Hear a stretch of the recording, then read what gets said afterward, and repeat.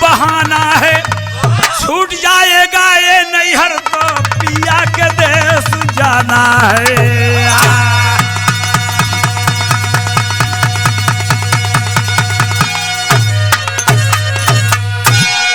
ना संबंधी ना धन दौलत कोई ना साथ जाएगा, अरे कमाई 4 गज कफन बस खाली साथ में जाएगा।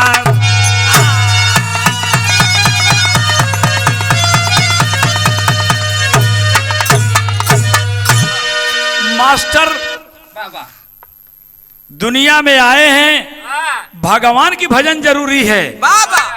यहाँ सब हाय पैसा, यही से कभी लिखले हुए कि न धन दौलत न संगी साथी केहू साथ जाई वही, 4 गज कफन खाली हुए बेचारा साथे जाई।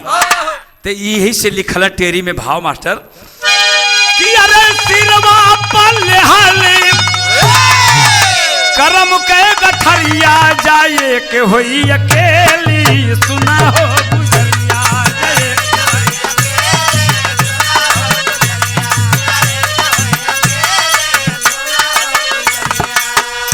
अरे छूट गई है माई या बाप के दुलरावा,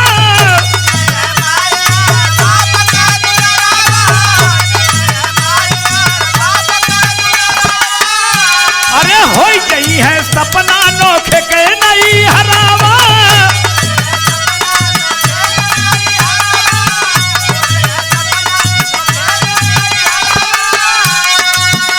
अरे हो गई है सपना नोखे के नहीं हरवा, माया कबा हवेली सुना हो गुजरिया माया।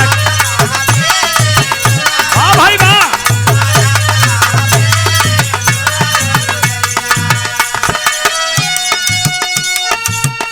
अरे सखिया सहेलिया सिंगरवा करा के, सखिया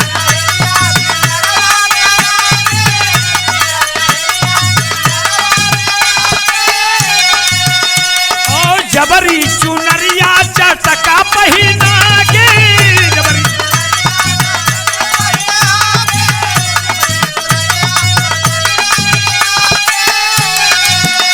ओ जबरी चुनरिया चटका पहिना के, डोली में दी है ढेली सुना हो गुजरिया दी है ढेली।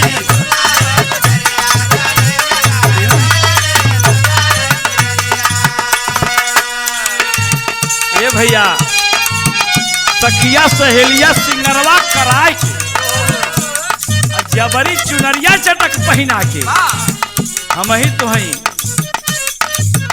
बहुत प्रेमी रह जाई का यार, बहुत बढ़िया मनई, बड़ा हमार मित्र रहना, तनी चली कफन दे आई। लेकिन कहना है मास्टर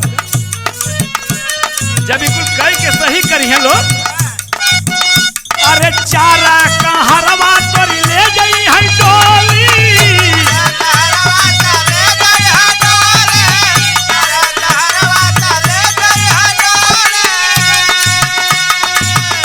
और राम नाम सत है ना हरियाई में बोली,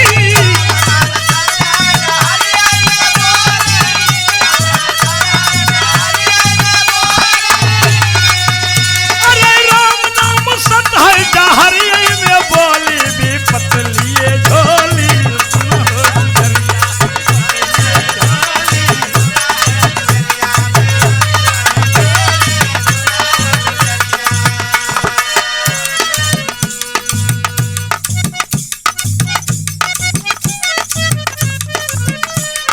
भजिला गणेश गुरु रामलाल पावन, भजिला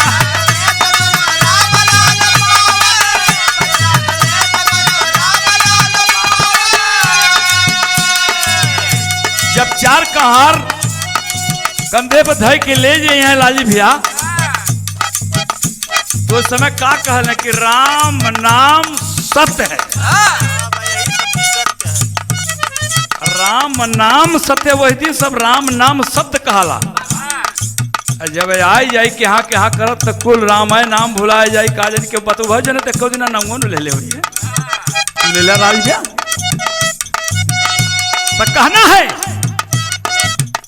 भजला गणेश गुरु राम